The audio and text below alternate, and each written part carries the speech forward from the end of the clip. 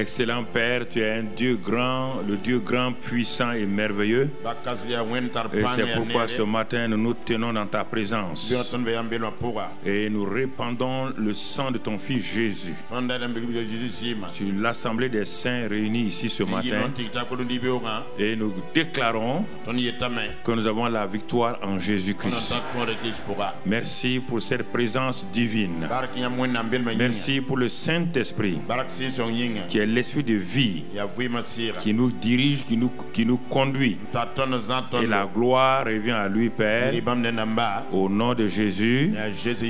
Amen. Amen. Gloire à Dieu. Asseyez-vous dans sa présence. Nous sommes dans le mois où nous parlons de la grande foi manifestée par la soumission et l'autorité. Et nous rendons grâce à Dieu pour cette parole de vérité. Et nous voulons remercier le Seigneur pour toutes choses, car il fait toutes choses belles en son temps. Et nous voulons ce mois-là continuer à parler de l'autorité. La dernière fois, nous avons parlé de l'autorité déléguée. Et maintenant, ce matin, nous allons voir les conditions indispensables pour bien exercer notre autorité. La vie chrétienne a plusieurs aspects, et donc plusieurs dimensions. Et quand nous comprenons ces différentes dimensions-là et nous les pratiquons, nous commençons à voir une victoire réelle. Et c'est pourquoi l'enseignement est indispensable pour amener chacun d'entre nous dans la réalité de la victoire que Dieu nous donne. Et il y a des choses, tant qu'on n'a pas bien saisi, la vie chrétienne se résume à venir au culte ou à la réunion de prière. Nous confondons activité et la vie chrétienne. Les activités de l'église locale ne sont pas obligatoirement la vie chrétienne. Mais ce sont ceux qui ont la vie là, qui exercent ces activités là avec joie, sans oppression, sans condition. Alors, nous devons savoir que nous sommes nés sur un territoire, donc un territoire ennemi, qu'on appelle la terre, qui a été prise en otage par l'ennemi, par Satan.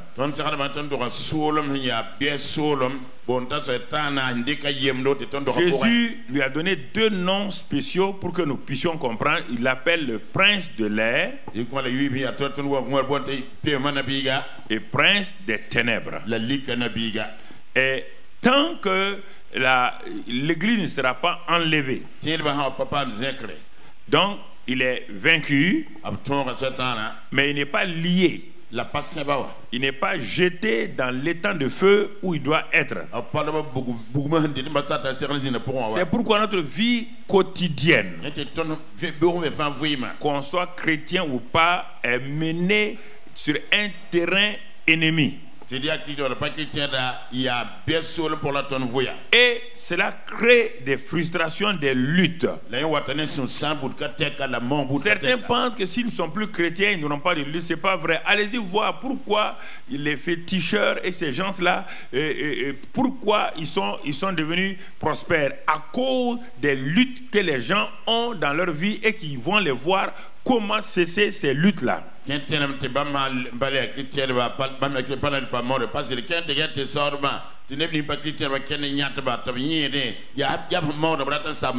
C'est comme une armée ennemie qui est rentrée sur un territoire, une armée qui est rentrée dans un territoire ennemi. Ben, vous avez vaincu, vous avez contrôlé. Mais régulièrement, l'ennemi vous attaque par toutes sortes de choses, des petites guérillas, par toutes sortes de choses. C'est la même chose que nous vivons.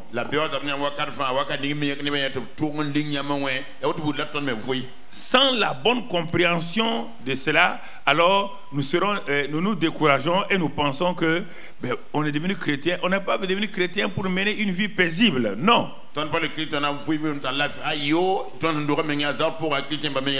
C'est pour manifester la victoire que notre Seigneur nous a donnée. Et c'est pourquoi la parole de Dieu nous dit ceci. Si tu veux comprendre ton autorité et comment l'exercer efficacement, il y a un nombre de choses que tu dois bien saisir.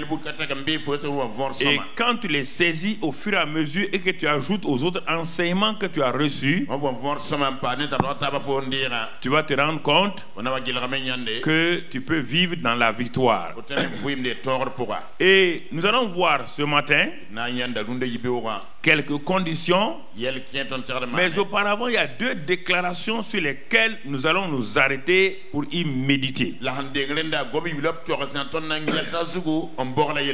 première déclaration c'est Luc 10 verset 19.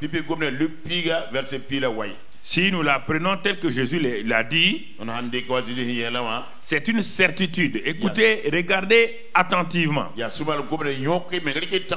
Jésus dit, voici, je vous ai donné le pouvoir, mais en réalité, dans le grec, là, l'autorité de marcher sur les serpents et les scorpions.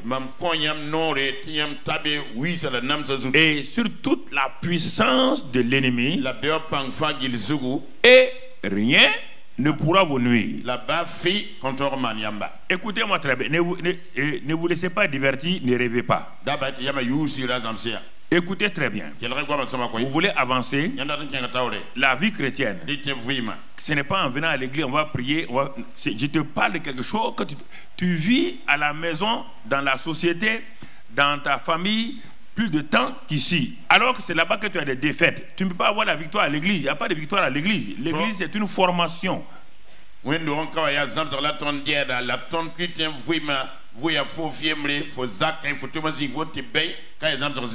Alors, ce que je t'enseigne, c'est pour que tu le transportes à la maison dans ta vie personnelle. Parce que Jésus a dit, à chaque jour suffit sa peine. Jésus dit, chaque jour, il y a une tribulation, une peine qui est quelque part, mais à chaque jour suffit sa peine. Prenez courage, car j'ai vaincu et je vous ai donné la victoire.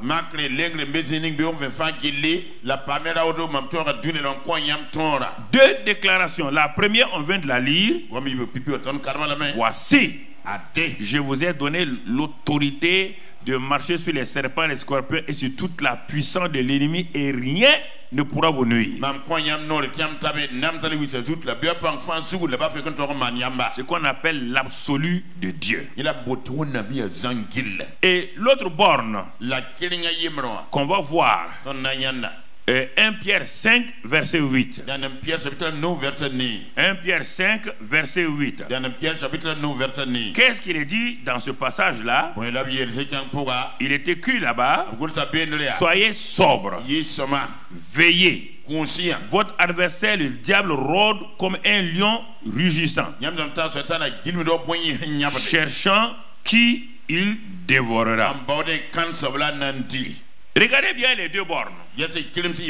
Une déclaration claire et certaine, notre Seigneur. Il dit, il n'a pas dit qu'il n'y a pas d'ennemi. Il vous dit qu'il y a un ennemi. Il vous dit que cet ennemi-là, qu'est-ce qu'il fait? Pierre le complète ici.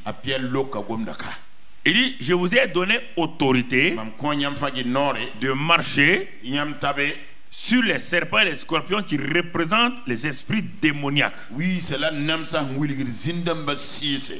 et sur toute la puissance même de l'ennemi. Et il dit, rien ne pourra vous nuire.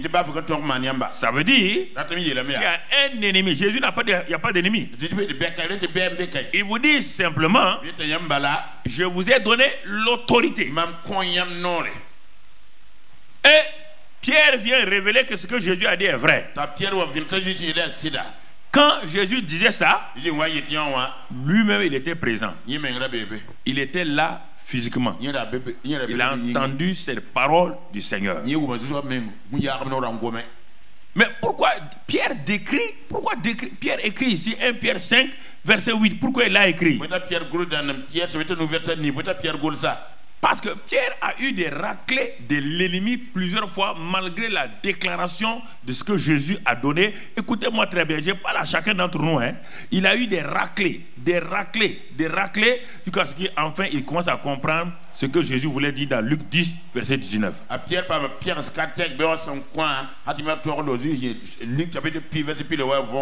Quand Jésus disait Luc 10, 19, Pierre n'était pas tombé. Pierre n'avait pas encore renié Jésus. Il y a plein de choses que Pierre n'avait pas faites. Il a entendu cette déclaration. Et même une fois, il a dit que lui, jamais ça va lui arriver de renier Jésus. Parfois, quand l'enseignement est donné, vous n'écoutez pas. Quand vous avez des problèmes, vous voulez vous rappeler, c'est trop tard. On ne peut pas se rappeler d'un enseignement dans des problèmes. C'est quand nous absorbons l'enseignement, quand nous la digérons, que devant les circonstances, mon frère, que les choses commencent à se manifester. Et c'est avec assurance en ce moment-là. Ne commencez pas à prier pour quelque chose si vous n'avez pas fait une déclaration sûre et certaine. Vous comprenez? Quelqu'un tombe ou quelqu'un a une attaque cardiaque. Vous ne pouvez pas prier. Il faut exercer l'autorité rapidement. Il n'a pas le temps. Peut-être lui reste 1 minute, 2 minutes. Il ne faut pas dire que vous avez fait chaîne de prière. Il faut d'abord exercer l'autorité. Il y a des choses. Il faut attaquer par le sang de Jésus rapidement. Vous comprenez? Le sang de Jésus va bloquer la manifestation de l'ennemi. Et par la prière maintenant que vous allez faire, donc vous allez voir que les choses vont s'éclaircir. Ça c'est très important. Donc Pierre n'a pas compris cela. Mais maintenant dans sa déclaration 1 Pierre 5, il nous avertit, dit soyez sobres, veillez.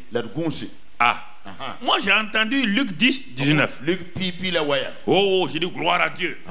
Jésus nous a donné l'autorité.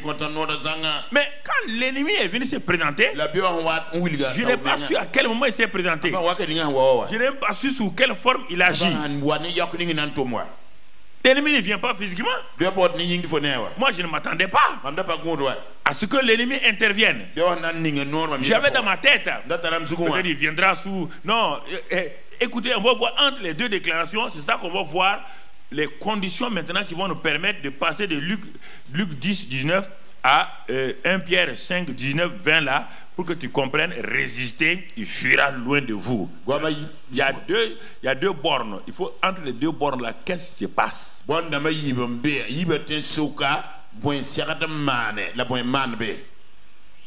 Faut pas brandir Luc 19. Oh, il a dit tout pouvoir. Oui. Mais on te dit comment l'ennemi opère. C'est pourquoi il dit soyez sobre. Parce que Pierre n'a pas été sobre.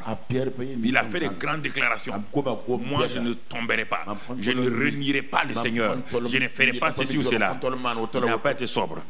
Il n'a pas veillé. Et c'est pourquoi l'ennemi l'a eu le premier. Malgré que Jésus ait fait la déclaration là. Voilà les deux bornes. Les deux bornes de la vie chrétienne. Et dans ces deux bornes-là, comment on doit apprendre à exercer notre autorité. Alors, regardons un exemple. Déjà, de ce que Pierre va faire dans Matthieu 16. Matthieu 16 et au verset 16. Je résume ça, vous enlevez le verset, je résume, après vous allez amener le verset. Ici, Jésus était avec ses disciples. Écoutez, la vie chrétienne se mène tranquillement dans l'intelligence, dans le repos. Il causait avec ses disciples tranquillement, il n'y avait aucun problème. Et il leur dit, au juste, mes amis, qu'est-ce que les gens disent de moi? Vous qui allez en ville tout le temps là, vous qui êtes avec les gens tout le temps, qu'est-ce que vous avez entendu les gens dire de moi? Rapidement, ils ont ouvert leur bouche. Chacun a envoyé ce qu'ils ont entendu de Jésus.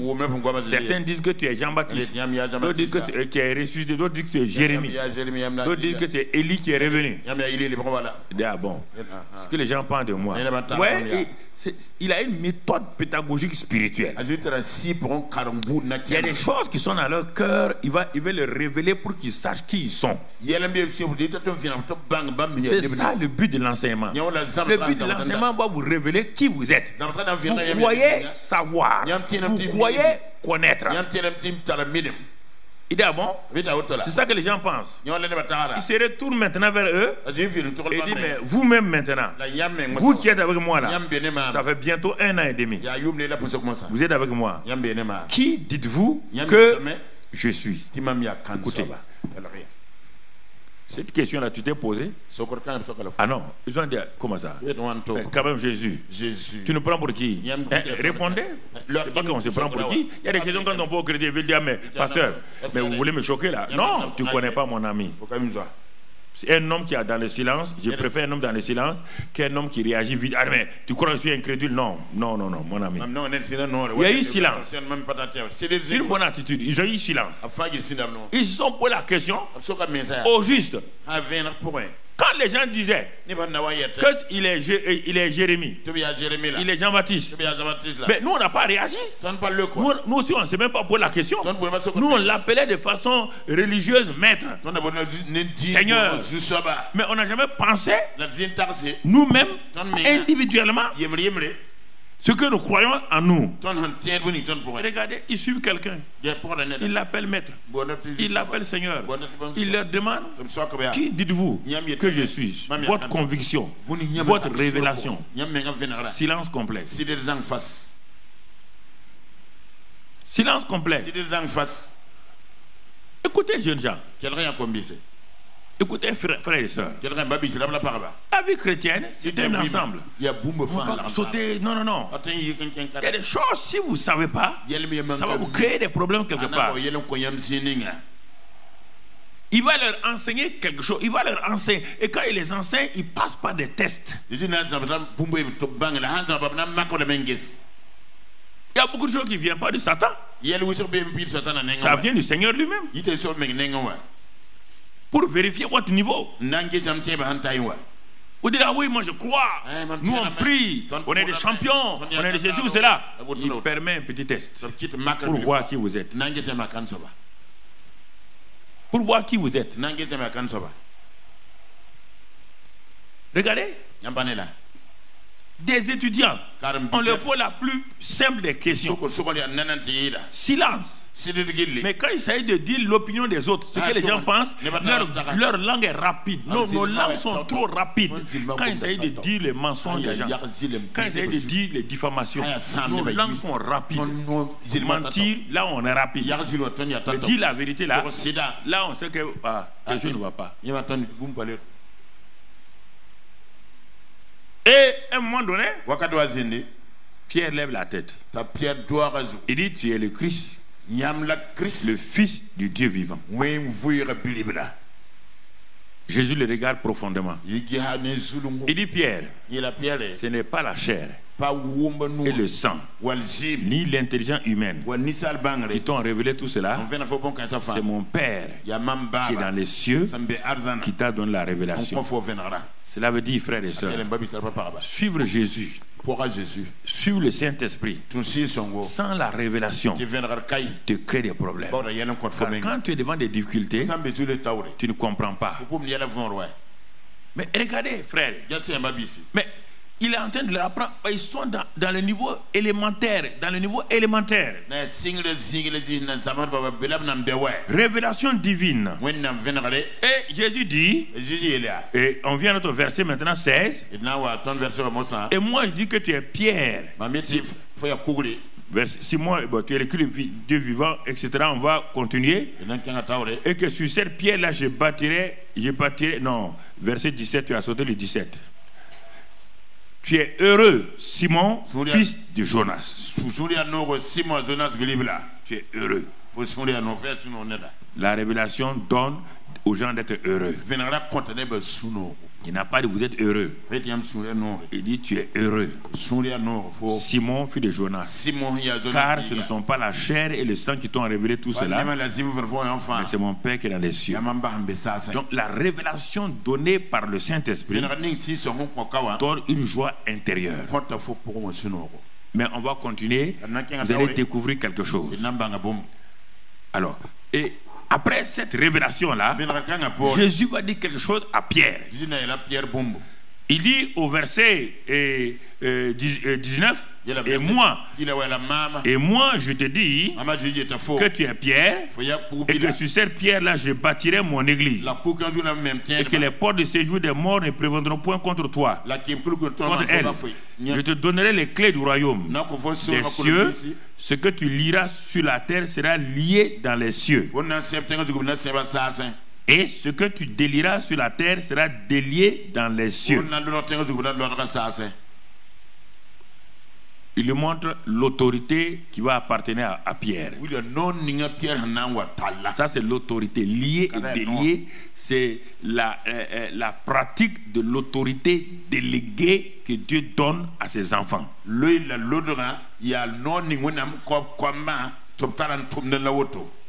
Pierre est heureux. Tous ceux qui sont autour de lui là, peut-être les autres disciples sont un peu jaloux. Ah, on dirait mais c'est Pierre, mais pourquoi le Père a révélé à Pierre? Mais attendez, frères et sœurs, nous sommes dans la leçon, nous sommes en train d'apprendre comment exercer notre autorité, les conditions essentielles, les conditions indispensables.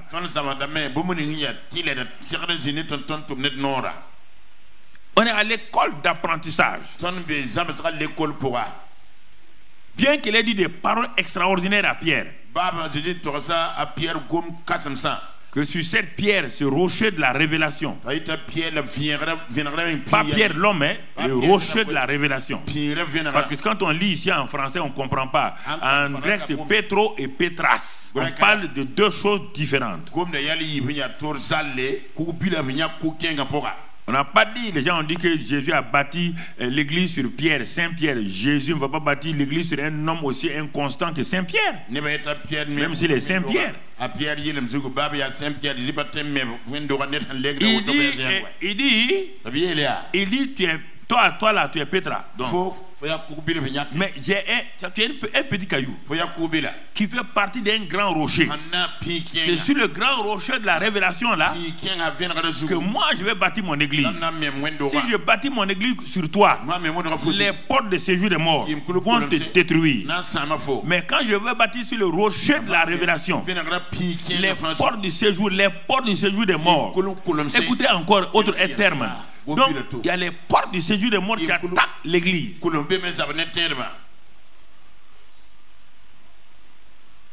Mais l'église, c'est qui? C'est toi et moi en même temps.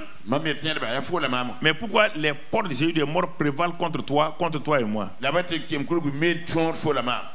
Parce qu'on n'a pas bâti sur le rocher. Le rocher de la révélation de la parole de Dieu. Nous ne sommes que tournés sur les bénédictions. Les bénédictions ne peuvent pas empêcher quelqu'un, ne peuvent pas faire tenir quelqu'un devant Satan. Regardez deux grandes révélations. Les clés du royaume. Je te les donnerai. Alors Pierre est heureux.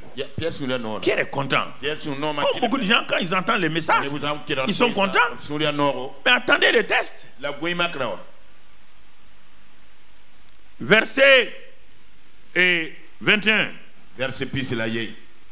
Dès lors, Jésus commença à faire connaître à ses disciples qu'il fallait qu'il allât à Jérusalem, qu'il souffrit beaucoup de la part des anciens, des principaux sacrificateurs et des scribes, qu'il fut mis à mort et qu'il ressuscita le troisième jour. Il annonce, ça ce n'est plus agréable. Ah bon? Il doit souffrir? Mis à mort? Mais c'est pas fini. Il a ajouté quoi? Qu'il va ressusciter quoi? Le troisième jour. Mais il te dit que c'est lui qui va souffrir. C'est lui qui sera mis à mort. Mais il te dit il va ressusciter le troisième jour. Regardez frère. Regardez.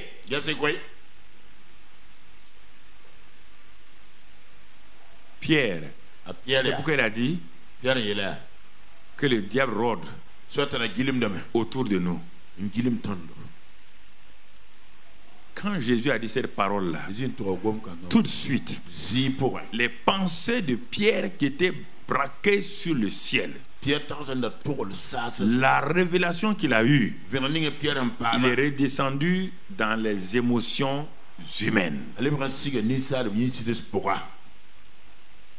Voici nos problèmes. On est tout de suite dans l'esprit. 5 minutes plus tard, on est dans la chair. Et on passe dans la défaite. On passe d'une victoire éclatante à une défaite éclatante. Regardez les deux mots. Le Père qui est dans les cieux t'a révélé cela. Maintenant, Pierre, ayant entendu ces paroles-là, il a pris à part Jésus. Il l'amenait loin des disciples. Et il s'est mis à le reprendre. Il est en train de reprendre le Seigneur. La chair est entrée en action. Nous reprenons le Seigneur en murmurant. Ah non. Et eux nous disons à Dieu ne plaise. Seigneur, cela ne t'arrivera pas. Regardez la réponse ferme de Jésus. Jésus se retournant dit à Pierre, arrière de moi Satan. Il y a 5 minutes, écoutez-moi frères et sœurs.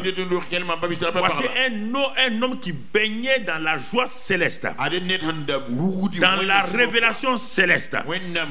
Un homme que ses camarades admiraient parce qu'il venait d'être en contact, de recevoir la connexion divine. Il est félicité et on lui promet une autorité extraordinaire.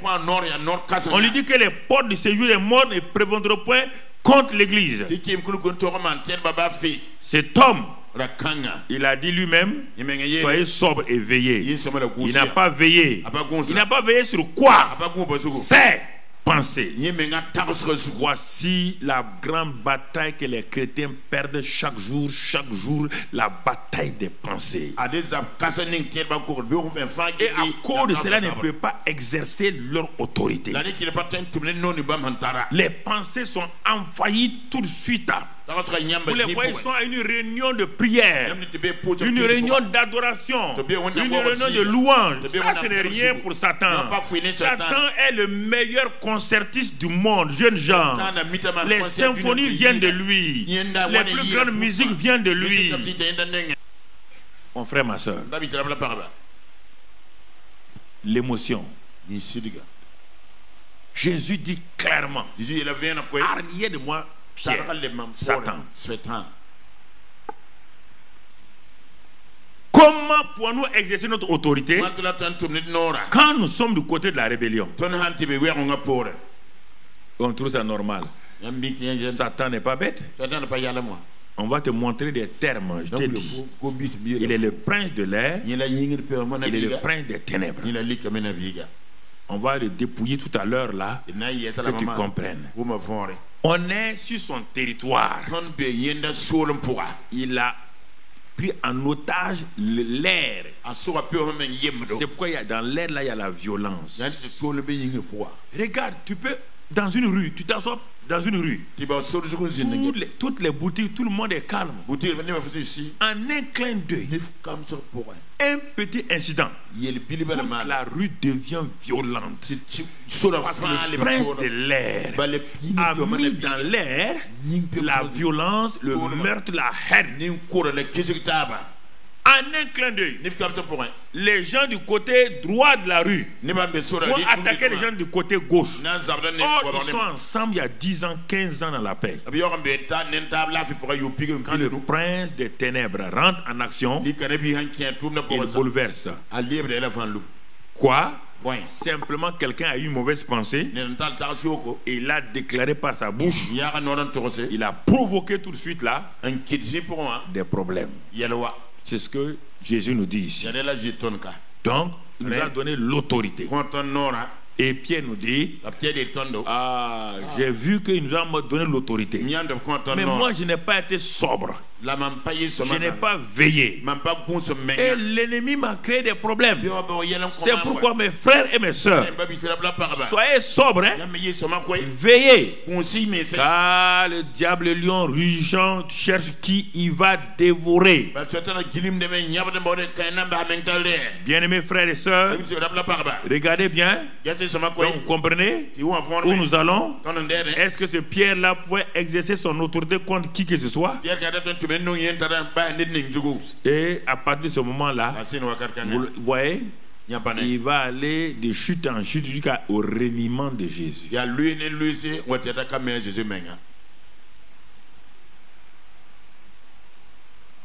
Parce que dans sa pensée, comme beaucoup, Pierre, comme on dit, j'ai été blessé. Jésus m'a dit que Dieu m'a inspiré. 5 minutes plus tard, il m'appelle Satan. Je suis blessé. Mais tu t'es blessé, tu ne te guéris pas. Tu es blessé, tu ne te guéris pas. Tous les jours, tu es blessé. Regarde-le. C'est pourquoi il a continué à vivre dans ses pensées négatives. Jusqu'au jour où Jésus va lui dire, Simon, Satan vous a réclamé pour vous cribler comme du froment. Mais j'ai prié pour toi. Tu vas tomber. Tu dois pas partir à cause de tes pensées. Quelles sont les pensées que vous gardez? Intellectuel, ingénieur, médecin, chef d'entreprise, bien cravaté, femme bien basinée. Quelles sont vos pensées? Écoutez frère, on dit chacun a ses pensées, chacun n'a pas ses pensées. Ou on a les pensées de Dieu, ou on a les pensées de Satan. Aucun homme n'est libre sur la terre. Il n'y a pas un homme libre sur la terre qui a ses propres pensées. Je vais venir tout de suite là, même dans le mariage, pour qu'on perde la guerre. Personne n'a pensé libre. Écoutez, personne. Nous sommes dans une guerre. Éphésiens 6. Éphésiens 6 verset 10. Qu'est-ce qu'il est écrit? Au reste, fortifiez-vous dans le Seigneur. Par sa force toute puissante, revêtez-vous de toutes les armes de Dieu afin de pouvoir tenir ferme contre les ruses du diable. Un des mots apparaît maintenant. Qu'est-ce que Satan utilise? Il utilise ce qu'on appelle des ruses. La famille des ruses est composée d'enfants, de cousins, de neveux, de nièces.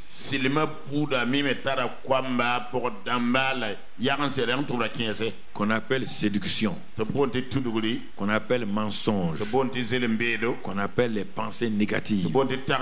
C'est tout ça les rues de Satan. Quand Pierre dit veiller,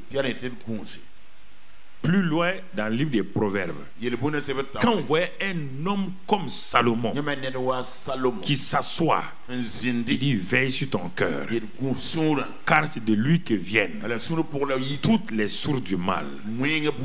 Ton cœur et tes pensées. Quand il est dit encore dans Matthieu que les mauvaises pensées, toutes ces choses-là viennent du cœur, donc tu dois faire attention. Il est dit ici les ruses du diable. Donc Satan ne m'attaque pas directement. Il utilise des ruses, des séductions, des tromperies, des mensonges, des illusions, des pensées négatives. Et il utilise ça pour faire quoi? C'est ça que des choses qu'il utilise pour attraper saisir nos pensées. Satan sait. Il connaît Proverbe 23 verset 7, on ne va pas le lire. Qu'un homme est tel que sont ses pensées. Il est comme les pensées de son âme, mange et boit, mais son cœur n'est point là-dedans. Un homme est égal à la somme de ses pensées. Les pensées variant de I et I1 à N. C'est la somme de nos pensées régulièrement qui forme notre personnalité, notre personne. Ce n'est pas les pensées de quelqu'un qui peuvent te créer problème. Non, mon ami. Non. Ce sont tes pensées. Si tes pensées sont négatives, quelqu'un a beau te dire ta robe là est jolie, je pense qu'il est en train de te moquer de toi. Si tes pensées sont négatives, il suffit qu'on te dise quelque chose, tout de suite tu l'habilles avec tes pensées. Un homme est textuellement égal à ses pensées. On va prendre ça pour montrer. Et quand vous avez des pensées de peur, vous n'avez qu'à être médecin. Vous mourrez de crise cardiaque ou d'AVC parce que pourquoi? Parce que la peur est une des armes très. Jésus a dit dans les derniers temps, les hommes vont mourir de peur à cause de ce qu'ils vont entendre. Il y a des chrétiens qui vont plus à l'église la nuit parce qu'on dit il y a des gens mauvais. Allez, je t'ai dit, allez chez toi, allez à l'église. Si tu ne sais pas qui tu es, si tu ne sais pas quelle est la puissance du sang de Jésus, si tu ne sais pas toutes ces choses-là, tu vas mener une vie misérable. Un homme. C'est ça le problème de Pierre. Pierre était rempli des choses contradictoires. Les pensées et les paroles des autres l'affectaient.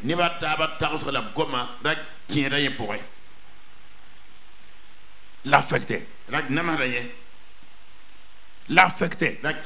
Même quand il est converti, rempli du Saint-Esprit là, il mangeait à Antioche avec les chrétiens païens et les chrétiens juifs.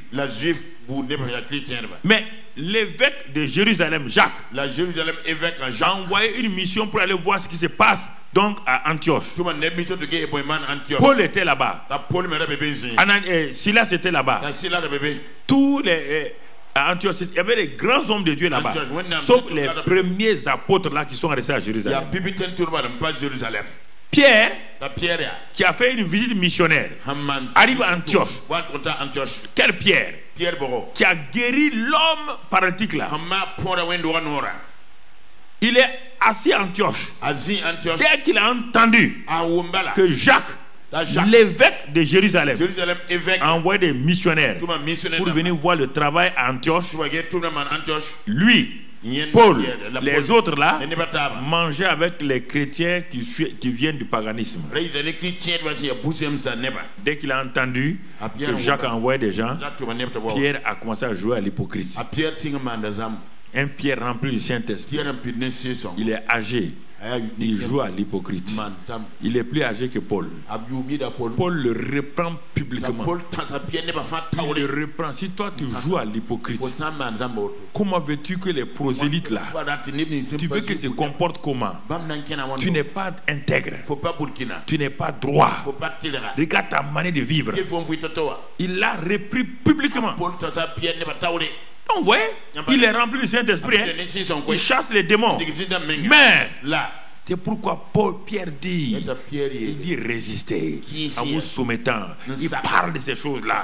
Parce qu'il a vécu tout cela.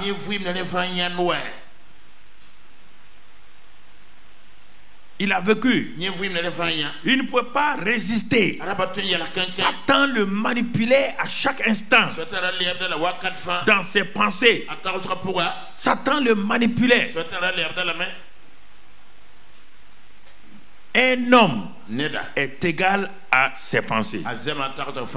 Mon frère, ma soeur, c'est pourquoi il nous attaque dans nos pensées régulièrement.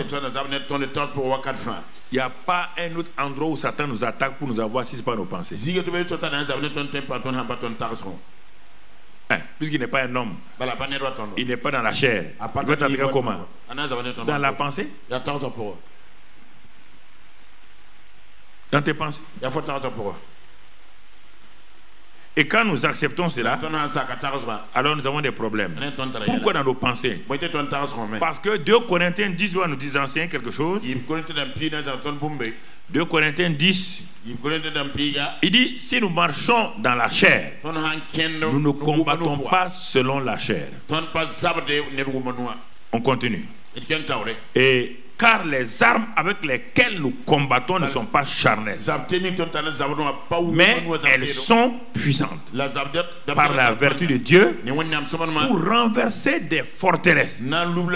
Faites attention, combattants spirituels là, on ne parle pas des démons ici. On ne parle pas des démons. Tout le monde a plusieurs forteresses. Non, attends, on va arriver. Il ne faut pas lire un seul verset de la Bible et puis verset 5.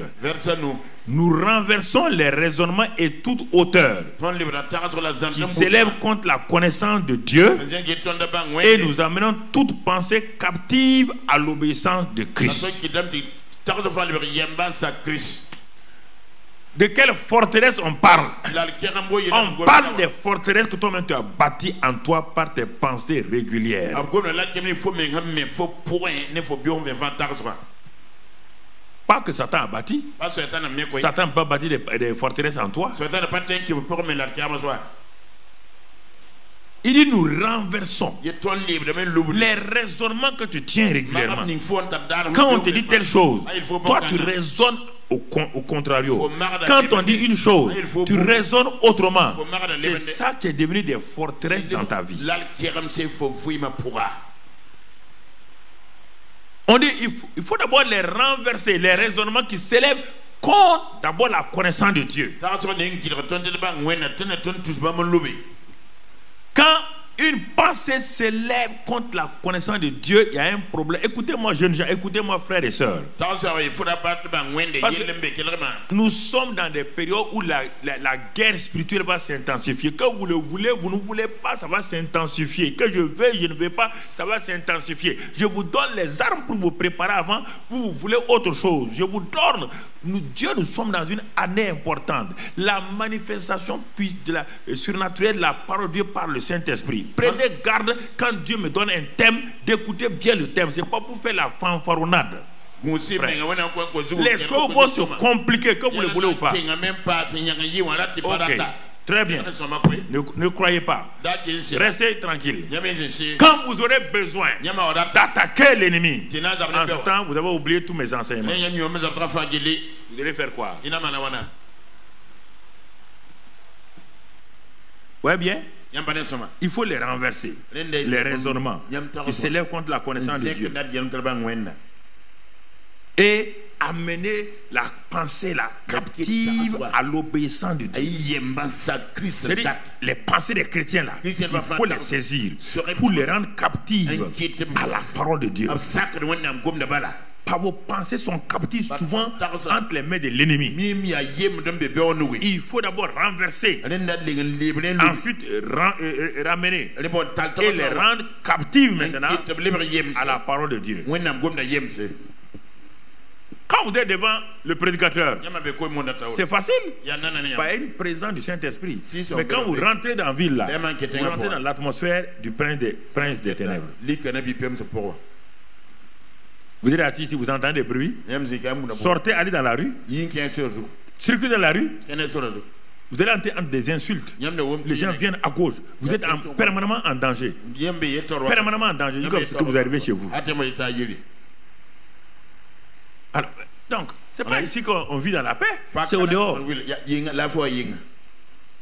Ce qu'on vous donne là, c'est pour que vous puissiez comprendre au dehors ce qui se passe. Aujourd'hui, on ne provoque même pas les gens viennent vous provoquer. La vertu a quitté tout le monde. Il n'y a plus de vertu, il n'y a plus de sagesse, il n'y a plus rien. Donc, on te parle de ça. Mon frère, ma soeur. Donc, j'ai noté quelques éléments encore. Nous sommes en train de voir les conditions essentielles pour bien exercer notre autorité.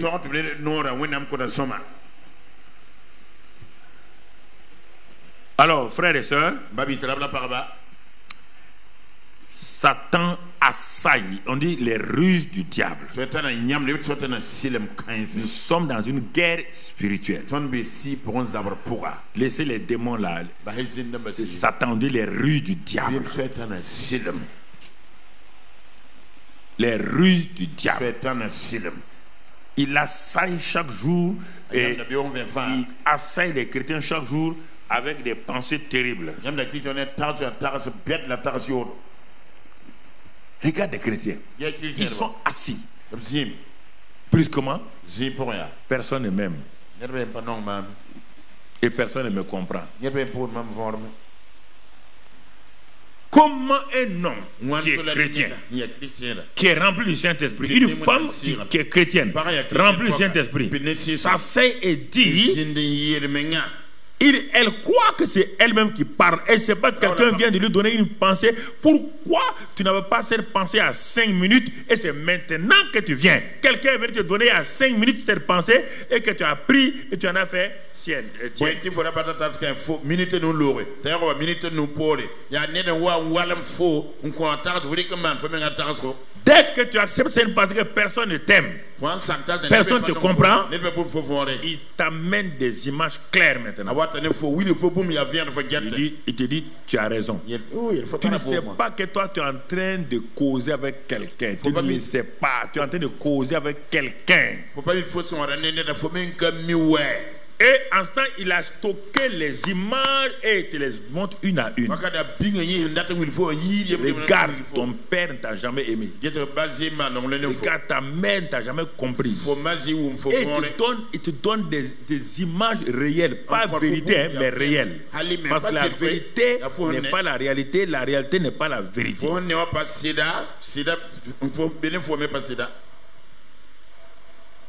Et quand au bout de 10 minutes, toi qui étais assise dans une paix, tu perds la paix, tu es découragé. Qui a fait ça?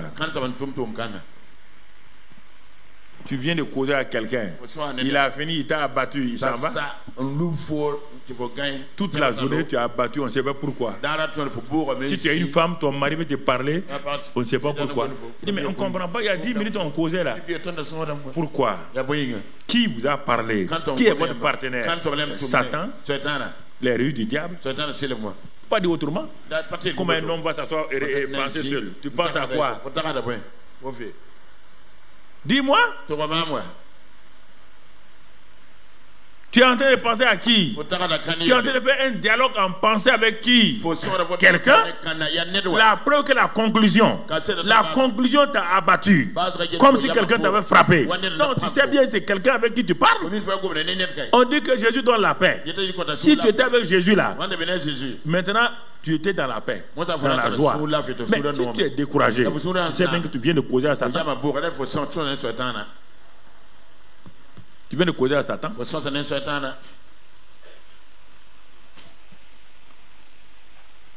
Ma vie n'a pas de sens. Toi, ta vie n'a pas de sens. Toi, tu es chrétien, rempli du Saint-Esprit.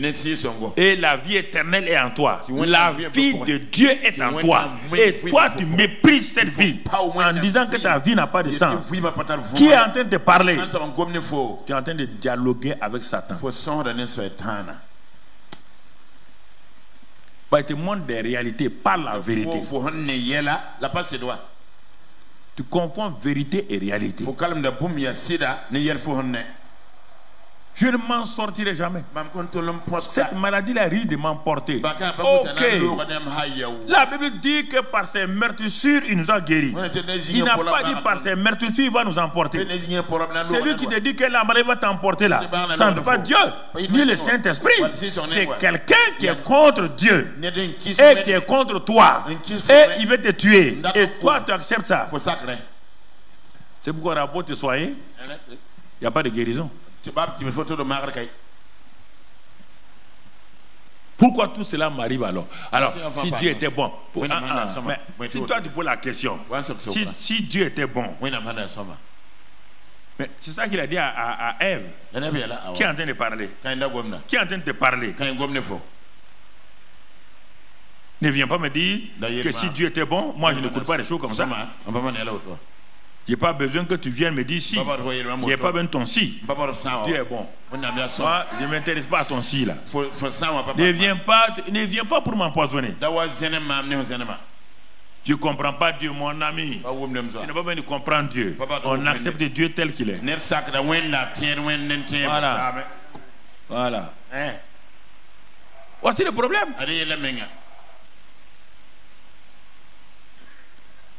Vous ne regardez pas parfois des choses que tu occasionnes toi-même et qui te reviennent. Toi, tu oublies ce que tu as fait à 5 ans là. Tu es en train de récolter maintenant. Toi, tu as oublié que tu as semé des semences il y a 5 ans. Tu es en train de récolter. Tu ne comprends pas Dieu. Dieu dit, mais tu n'as pas besoin de me comprendre. Moi, je t'ai dit, si quelqu'un sème, il récolte. Tu as semé à 5 ans des grains de zizanie, des grains de maladie, des grains de haine. Maintenant, tu récoltes la haine sur toi. Moi, je ne peux pas l'empêcher. J'ai dit une loi qui dit celui qui sème récolte. Je ne peux pas empêcher cette loi-là. Elle va s'accomplir. C'est toi qui dois l'arrêter. Tu dois l'arrêter. Si tu ne l'arrêtes pas, moi, je ne l'arrête pas. Si je dois arrêter ça, je veux dire quoi? Ça veut dire que si je dois prendre un paysan burkinabé, quand il va s'aimer là, et que au moins il a sémé là, en juin là, et que le monsieur pêche en juillet, je dois arrêter donc sa récolte. Est-ce qu'il va l'arrêter? Hein? Alors pourquoi vous voulez que Dieu arrête? Pourquoi vous voulez que Dieu arrête? Le paysan, pourquoi vous voulez que Dieu arrête? Il faut l'arrêter toi-même. Toi qui as sémé, il faut déraciner. Satan envoie ses pensées partout. Parfois, je regarde autour de moi, partout, je regarde les gens. Bon. Si tu veux parler, je dis, ah, mais tu es contre mes pensées. Non, non, moi je pense comme ça. Il n'y a pas de débat de pensée. Il y a où. Écoutez, on est soumis esclave à Dieu ou est soumis esclave à Satan. Il n'y a pas de débat. C'est pourquoi je n'aime pas discuter avec les gens. Quel débat d'idées? Quel débat d'idées? Qui te dirige?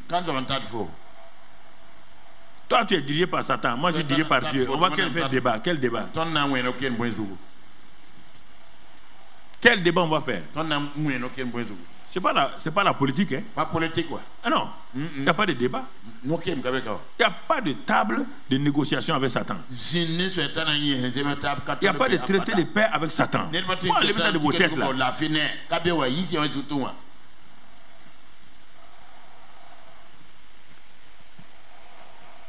Tu as traité des pensées d'échec.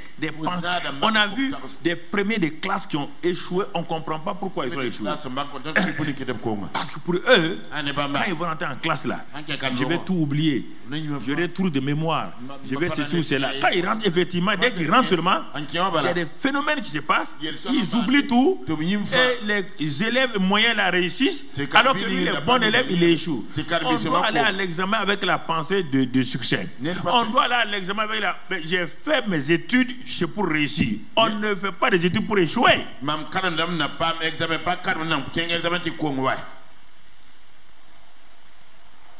C'est ça. Pensée négative sur les autres. Ils t'ont rien fait. Tu as des pensées négatives. Ils n'ont rien dit. Tu as des pensées négatives. Comment un homme, une femme va vivre en ayant des pensées négatives sur les gens innocents qui t'ont rien fait? Ils t'ont pas agressé, ils t'ont pas insulté, mais tes pensées sont tellement négatives que tu colles sur le visage des gens des choses qu'ils n'ont jamais dites, qu'ils n'ont jamais faites. Comment veux-tu être heureux, heureuse? Heureuse.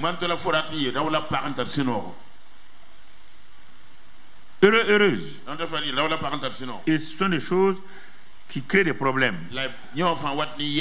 Et ça empêche l'autorité de se manifester parce que tes pensées bloquent ton autorité. Regardez mon frère, ma soeur. La parole de Dieu dit au niveau du mariage, par exemple. Au niveau du mariage. 1 Corinthiens 7, on va aller d'abord plus bas et puis on va remonter. 1 Corinthiens 7, verset 28. 1 Corinthiens 7, verset 28. On va comparer deux passages, l'élément négatif et l'élément positif. 1 Corinthiens 7. Si tu t'es marié, tu n'as point péché. Et si la Vierge s'est mariée, elle n'a point péché. Mais là, ces personnes auront des tribulations dans la chair et je voudrais vous les épargner. Tu n'as qu'à aimer l'homme là, tu n'as qu'à l'aimer. Tu auras des tribulations dans la chair. C'est là que la Bible dit. Vous ne voulez pas ça? À cause de ça, vous avez peur de vous marier. Tout mariage, il y a tribulation dans la chair.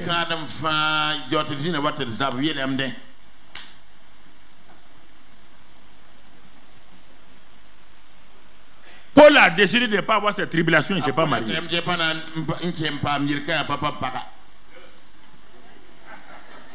Non. Il a décidé, il ne veut pas de tribulation de la chair. Il ne s'est pas marié. L'autre passage qu'on ne va pas lire, que tu connais bien. Mais toi, on dit le plus et le moins, ça fait l'électricité, ça fait la lumière. Toi, tu prends le plus tout le temps, tu ne vois pas les négatifs. Le plus, celui qui a trouvé une femme a trouvé le bonheur. Même dans le bonheur là, il y a quoi? Des tribulations de la chair. Il n'y a pas un bonheur comme ça.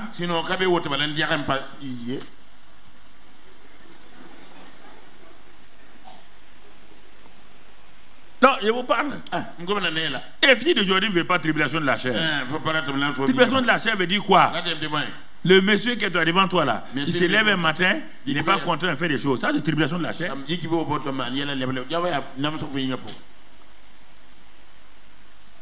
Ah? Mais on s'est marié, il a dit qu'il m'aimait. Mon ami. Il t'a dit qu'il t'aime. On dit tribulation de la chair. On dit de la chair. On n'a pas de l'esprit. Le bonheur se construit aussi avec les tribulations de la chair. Tribulation de la chair. Ça veut dire quoi? Un exemple dans ça. On dit que du verset 3 à 5, que le corps de la femme n'appartient pas à la femme. Tribulation de la chair.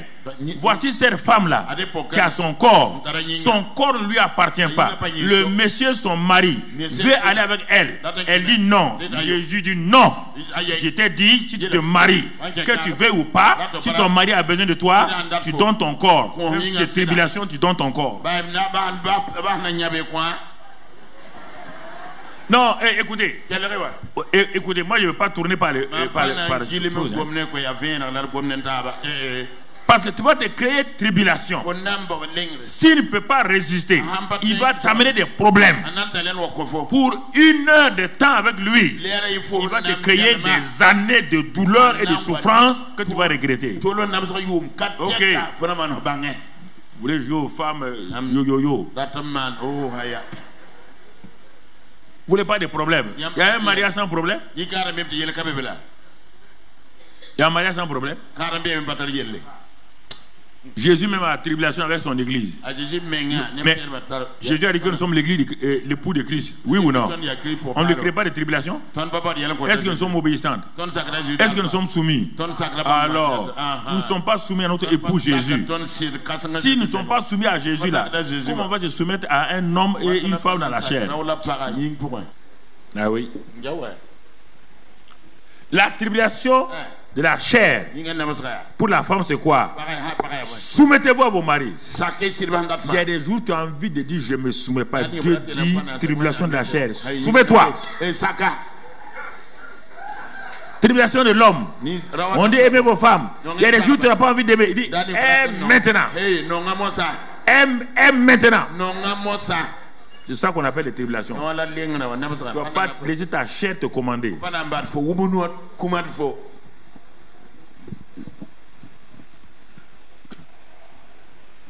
Tu n'as qu'à te marier à 10 hommes. Tant que tu ne vas pas comprendre ça là. La femme samaritaine s'est mariée au 6e. Jésus a dit ma fille, tu as la joie? Elle dit non. Tu as la paix? Elle dit non. Ce n'est pas changement de mari qui arrange les choses. Chaque mari a sa tribulation. Chaque femme a sa tribulation.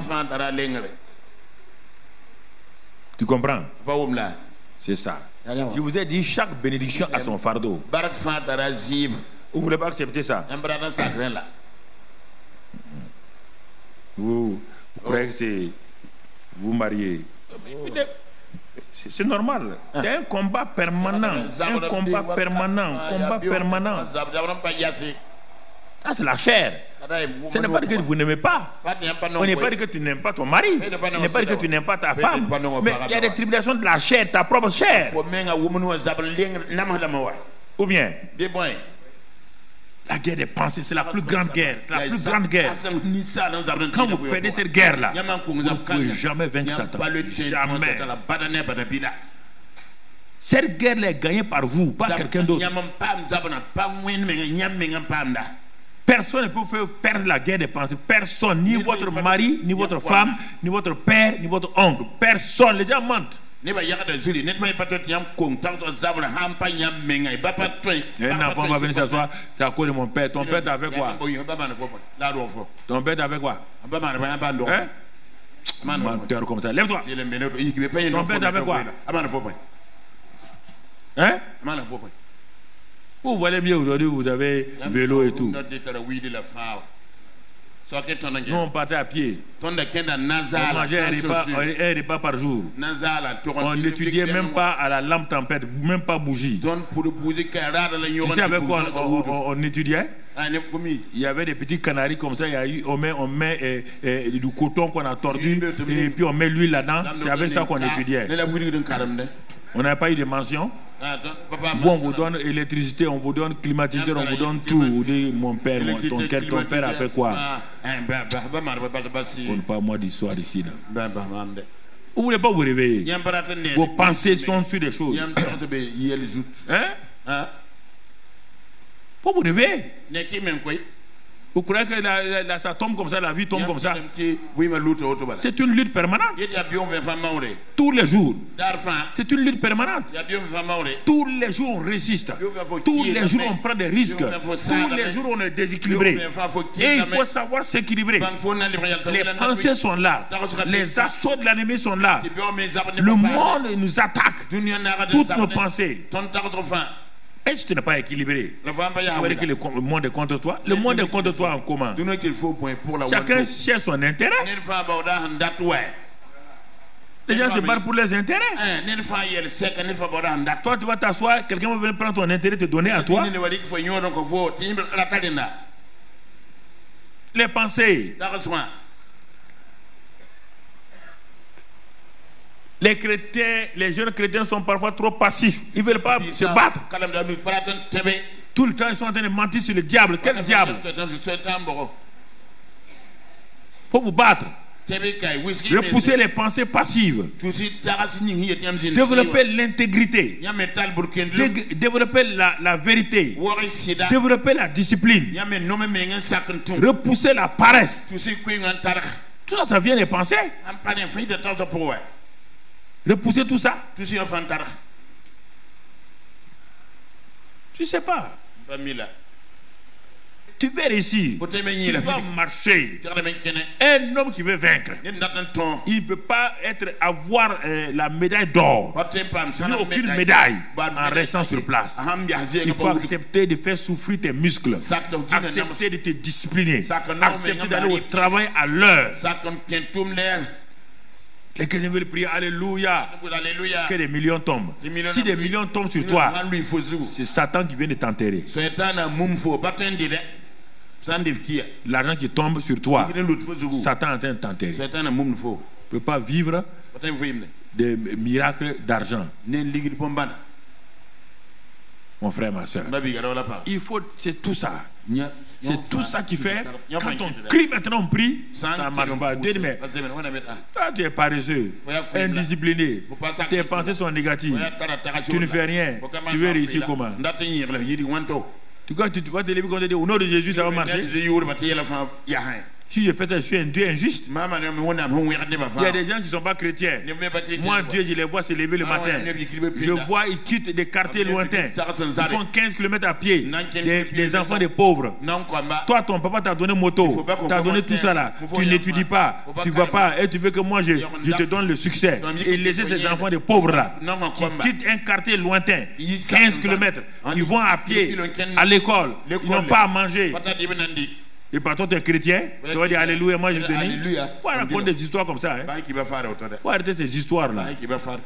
Si vous voulez aller de l'avant, il faut vous discipliner. Il faut repousser les pensées négatives. Il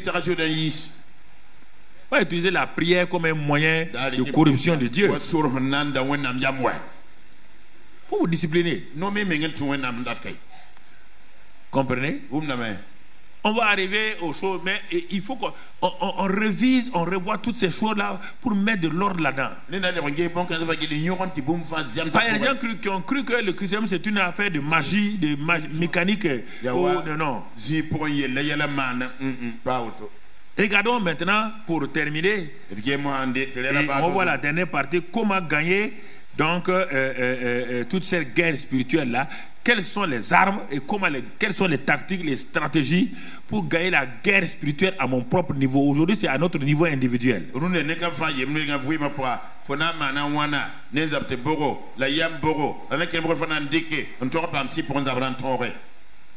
Donc, première chose, je rappelle encore, tes pensées là.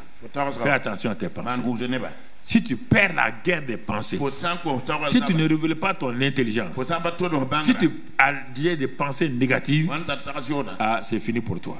Tout le reste là, ça ne marchera pas. Donc il faut bien garder ça. Maintenant, Donc, il est dit Éphésiens 6, on revient à Éphésiens 6, verset 11. 6, verset 11. 6, verset 11. Répétez-vous. Suis les différents verbes maintenant. Répétez-vous de toutes les armes de Dieu. Afin de tenir ferme. Deuxième verbe, tenir ferme. Contre les rues du diable. On va aller au verset 13. On voit le troisième verbe là-bas.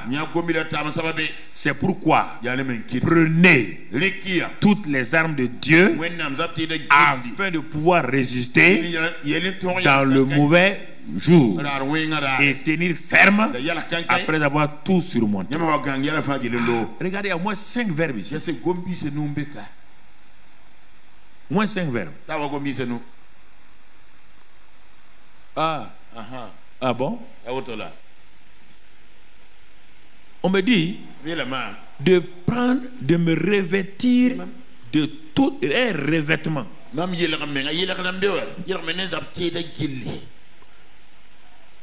De me revêtir de toutes les armes de Dieu.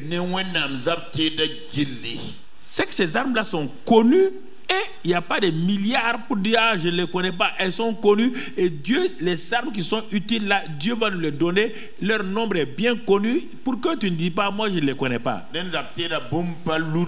Ton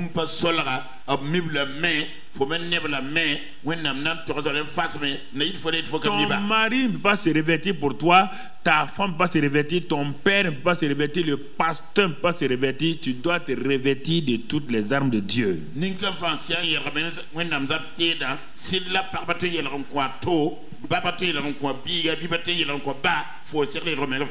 Pour aller au front, à la guerre, ce n'est pas le capitaine qui habille les soldats. Chaque soldat doit avoir ses armes. Et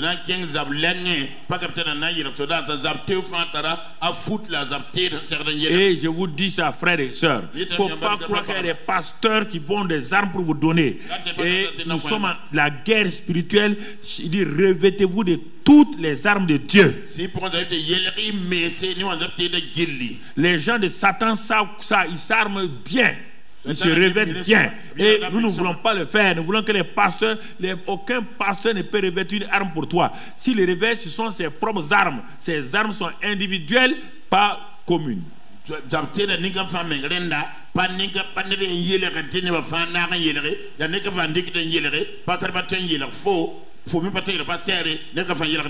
ne me revêts pas de quelques armes, de toutes les armes de Dieu. Et ça va me permettre de faire quoi? De tenir ferme contre les rues du diable. Tenir ferme. Je n'ai pas encore vaincu, hein? Tenir ferme. Il y a l'arme de la victoire aussi. Les armes qui sont là, revêtez-vous. L'arme de la victoire aussi à part. Avant d'utiliser l'arme de la victoire, je dois d'abord me revêtir. Toutes les armes. Il faut tenir compte les rues du diable.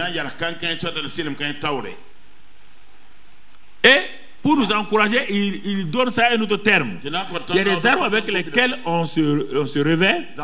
Il y a des armes qu'on prend. Toutes les armes de Dieu. Il y a des armes qu'on se revêt.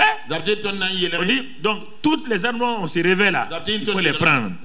Toutes les armes qu'on doit tenir là, il faut les prendre. Donc, il y a 2 groupes d'armes. Et les armes dont on se revêt pour se protéger, et les armes qu'on prend pour attaquer.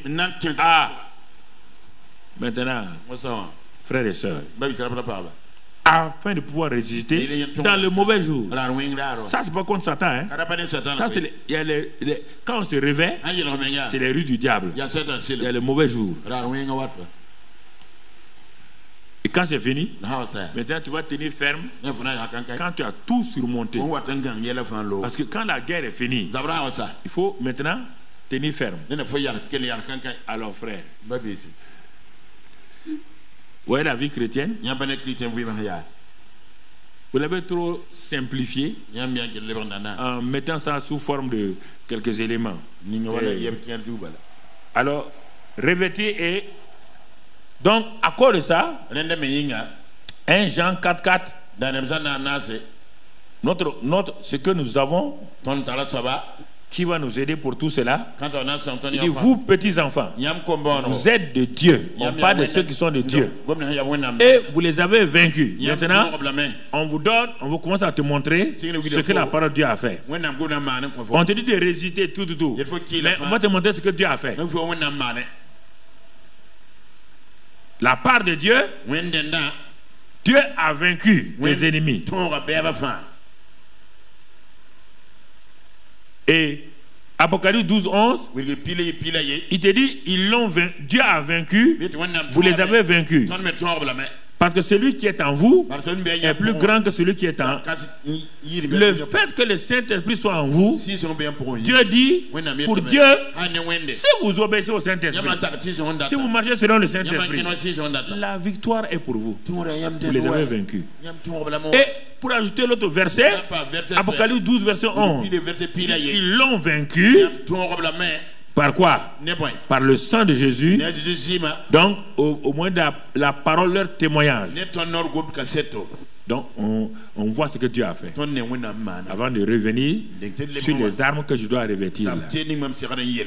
Ce n'est pas un combat que je dois faire moi, par moi-même. Dieu me rassure. Il dit, mon fils, si tu as la foi en moi, moi je te dis que le combat que tu veux mener là, moi j'ai déjà vaincu Satan lui-même. Mais je n'ai pas vaincu ses ruses. Toi, tu comprends? Satan est vaincu.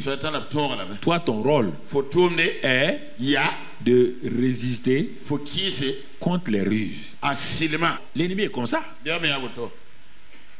Il n'a pas peur des armes lourdes. Il veut pas, parce que les armes lourdes, le sang de Jésus l'a déjà vaincu. Ça, c'est l'arme lourde. Le sang de Jésus l'a vaincu. Mais il va te fatiguer en posant des mines antipersonnelles ici, en faisant des choses ici. Tout. Mais tu n'as pas la paix. Tu l'as vaincu. Mais tu n'as pas tu peux pas dormir. Au moment où tu dors, la guerrière, ils sont partis. Ils disparaissent dans la brousse. Tu es vainqueur. Mais un vainqueur traumatisé. Un vainqueur traumatisé. La plupart des chrétiens sont des vainqueurs traumatisés. Sont des vainqueurs traumatisés. Ils ont des grandes victoires. Mais tous les jours, l'ennemi les empêche de dormir. Les empêche de dormir.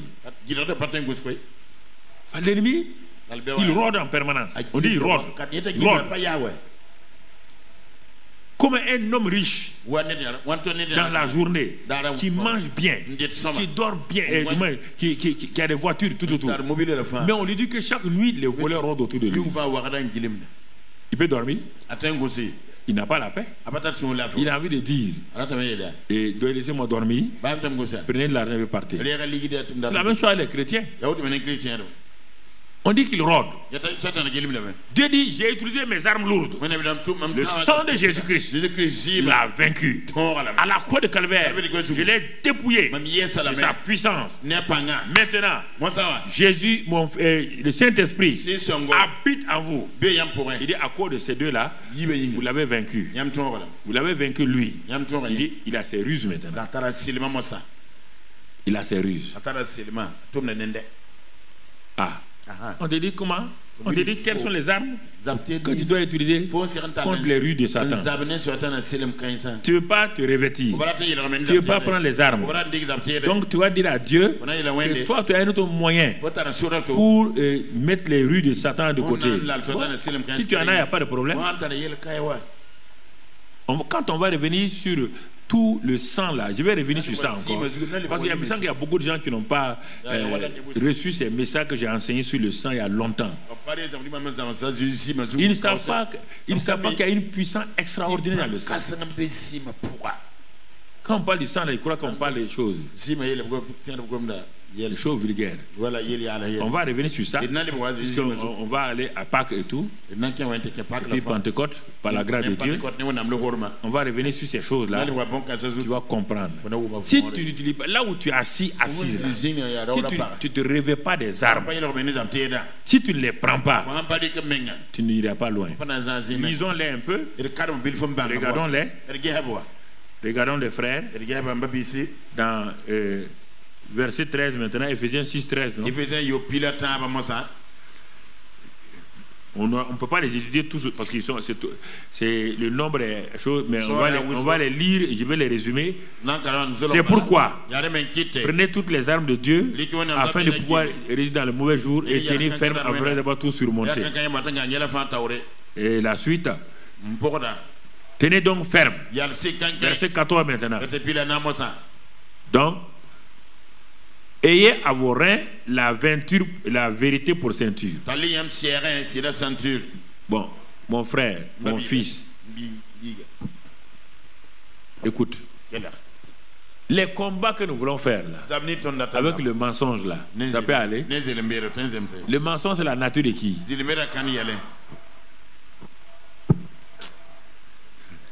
C'est que les armes dont Dieu nous revêtit là, c'est des armes qui sont au ciel.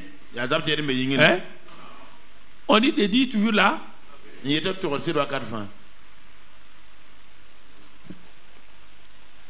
Et à vos reins la vérité pour ceinture. Non. Toi tu mens. Quand tu veux expliquer un problème, tu mens. Un chrétien, il veut expliquer un problème, il ment, il exagère, il enlève des points, il met des choses à son côté. Non. Ayez à vos reins la vérité pour ceinture. Donc, ça veut dire quoi? Vous ne pouvez pas tenir ferme contre Satan avec tous vos jeûnes. Vous n'avez qu'à jeûner, déjeuner, régénérer. Si la vérité n'est pas à vos reins. Je ne parle pas de vos vérités, hein. La vérité biblique. Vous ne pouvez pas dire, ah oui, moi je dis tout le temps la vérité. Je ne parle pas de ta vérité. La vérité vous rendra libre. La vérité de la parole de Dieu. Deuxième arme. La cuirasse de la justice. Revêtez-la. Revêtez-la. Tout ça, c'est le revêtement. S'habiller avec ça. Ça veut dire quoi? Nous avons été justifiés. Il n'y a plus de condamnation pour ceux qui ont été justifiés. C'est une cuirasse. Donc, il faut montrer à Satan qu'il ne peut pas te condamner. C'est pas à cause de tes actes que tu es condamnable, c'est à cause de ce que Jésus a fait. Il t'a revêtu de la cuirasse de justice. La vérité est dans ta bouche, dans ton attitude. Si tu pêches, confesse ton péché. Troisième, les armes de revêtement. Il faut revêtir quoi? Des chaussures. Quelles chaussures? La paix. Arrête d'être une femme bagarreuse. Arrête d'être un homme bagarreur. Arrête d'être un garçon bagarreur. Voilà les revêtements. Revêtez-vous. On n'est pas arrivé à prendre d'abord. On parle de revêtement. Sinon tu ne peux pas tenir. Tu n'as qu'à beau parler au nom de Jésus. Satan ne bougera pas. Les rues du diable là, tu vas tomber là-dedans. Quatrième. Prenez par-dessus tout le bouclier de la foi. Vous voyez maintenant, après les revêtements, vous prendrez. C'est des éléments mobiles. Le bouclier de la foi. On peut l'utiliser devant, derrière, au-dessus, partout. C'est quelque chose qui se meut. La foi s'adapte à chaque circonstance. Mais les trois premières armes là, On s'en réveille, on ne peut pas les enlever. Ceinture en permanence. Si tu enlèves la ceinture, tu seras nu. Ceinture de vérité, tu seras honni. La cuirasse de justice, toute ta poitrine, ton cœur, tes poumons seront exposés. Si tu enlèves les chaussures des pieds, les épines et les choses vont te piquer. Mais maintenant, les armes mobiles, le bouclier de la foi. Parce que les traits enflammés sont envoyés de tous les côtés. De tous les côtés. Les paroles mensongères sur toi, les diffamations, tu les éteins. Par la foi. La foi, tu les éteins. Prends ça avec toi. Tu les éteins au nom de Jésus-Christ. Les traits enflammés du malin. Autre arme. Prenez aussi le casque du salut. Hein? Prenez-le. Et mettez-le à votre tête chaque fois que vous allez vous engager contre les traumatismes crâniens spirituels. C'est-à-dire les pensées. Le casque du salut là, c'est du sozo. Réveillez vos pensées contre les pensées de Satan. Et troisième arme mobile, l'épée de l'esprit qui est la parole de Dieu. Que votre bouche soit remplie de la parole. Il est écrit, Dieu a dit, il est écrit, Dieu a dit. Ils l'ont vaincu par le sang et par la parole de leur bouche. Voici, Dieu a vaincu Satan par le diable par le sang de Jésus. Pour que tu rentres dans cette victoire-là, ta bouche doit y participer. Si tu fermes ta bouche, tu ne parles pas, tu as un problème. Je vous en supplie. Vous ne parlez pas, non, moi je ne parle pas, non, je vois des gens qui parlent, non. Parler. Il dit par la bouche, votre bouche. C'est ça qui donne à la victoire que Jésus a eue là, par son sang là. C'est ça qui fait que la victoire devient votre victoire à vous. La victoire de Jésus là, c'est pour tout le monde. C'est pas automatique. C'est ta bouche. Ce que Jésus a fait, ce que Jésus a manifesté là. Ta bouche prend possession de ça et ça passe du général à l'individuel. Et maintenant, tu as ça individuellement. Est-ce que nous comprenons? Tu as ça individuellement. Bien-aimé, nous sommes dans une guerre. Tu n'as qu'à dormir haut. Quand tu dors bien la nuit, tu te lèves le matin. C'est pas pourquoi tu as des problèmes. Tu n'as pas mal dormi. Tu n'as pas fait bagarre à quelqu'un. Mais tu te lèves le matin. On dirait que ça ne va pas. L'ennemi attaque la nuit comme le jour. Il est plein de ténèbres. Donc, mais si tu ne connais pas toutes ces choses-là, c'est un problème. Et l'épée de l'esprit, la parole de Dieu. La parole de Dieu. Il vit en toi. Il demeure en toi par son sang. Il a vaincu Satan. Ça, c'est ce que Dieu a fait. Il l'a dépouillé par l'œuvre de la croix. Ça, c'est la part de Dieu. Dieu te dit maintenant, pour que ça soit transféré de chez Dieu, chez toi, là, c'est ce que tu dois faire. Faites en tout temps, par l'esprit, toutes sortes de prières et de supplications. Là, tu parles en langue maintenant. Tu parles en langue. Tu parles en langue. Ça vient arroser, ça vient consolider toutes les armes de revêtement et les armes mobiles. Parler en langue vient faire tout ça là. Mais si tu parles en langue sans avoir pris ces armes-là, il n'y aura rien. Il dit veillez à cela avec une entière persévérance et priez pour tous les saints. Maintenant, pour te mettre à l'aise, tu commences à prier pour les autres. Tu pries pour les autres.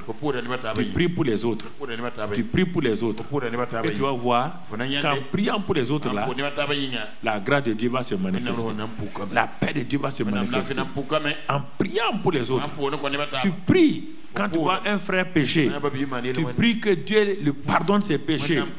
Tu plaides le mérite du sang de Christ Jésus pour tes frères et tes soeurs. Il ne faut pas les condamner. Diffamer des frères, ça ne vous sert à rien. Critiquer les frères, ça ne vous sert à rien. Placez-les entre les mains du Seigneur. Placez-les entre les mains du Seigneur. Plaidez les mérites du sang de Jésus-Christ sur ce frère-là. Pardonne ses iniquités. Pardonne ses péchés, Seigneur. Parce qu'il fait le trouble lui-même.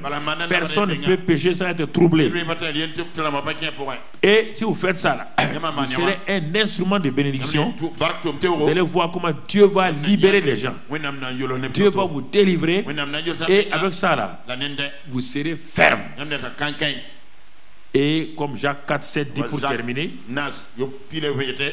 Jacques 4, 7 dit pour terminer, vous allez voir, mon frère, ma soeur, que en vous soumettant à Dieu et en résistant au diable, c'est la conclusion, il fera quoi?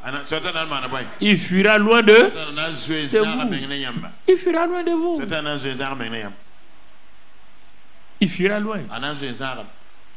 Soumettez-vous à Dieu d'abord. Tout ce qu'on a dit là, tout ce que Dieu a dit.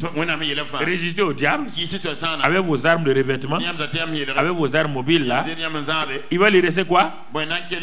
Il va dire cet homme là, cette femme là, ils sont dangereux. Je m'éloigne d'eux. Il fuira loin de vous. Il fuira loin de vous. Il sait que vous êtes munis. Il sait que vous êtes préparés. Il sait que vous avez une grâce particulière. Ce sont des choses, nous allons revenir dessus dans la pratique. C'est ça qui fait tout le christianisme. Bien-aimés frères et sœurs, c'est dans tous les domaines. Satan attaque tous les domaines. Si vous êtes seul, il vous attaque. Vous êtes à deux, il vous attaque. Vous êtes en communauté, il vous attaque. Lui, il attaque par ses ruses. Si on vous donne les armes et tu ne veux pas ça, toi, tu vas aller prier. Je n'ai pas de ne pas prier, hein. Tu vas aller prier. Mais quand tu vas quitter la prière là, tu vas aller où? Dans une famille où tout le monde n'est pas chrétien. Qu'est-ce que tu vas faire dans ce moment-là? La prière que tu as faite là-bas, là, tu ne peux pas agir ici. Mais dans la famille, là où tu es là, soumets-toi à Dieu. Résiste au diable. Tout le temps. Quand tu fais ça, et tu arroses ça par une prière en langue permanemment. Les gens croient que si on est chrétien, bon, c'est fini, on a des gens comme ivres là. Bon, on rit tous sérieux. Ça, c'est les soulards. Non, mon frère. Les combats est là. Parfois, la douleur est dans ton corps. Mais tu es dans la victoire. La victoire ne veut pas dire qu'il n'y a pas de douleur. La victoire n'est pas que tu ne sens pas la douleur. Non. Tu es en train de traverser un moment difficile. Mais la victoire est en toi. Mais la situation n'a pas changé. C'est pas quand la situation change que tu as la victoire avant que la situation ne change. Tu as la victoire avant que la situation ne change.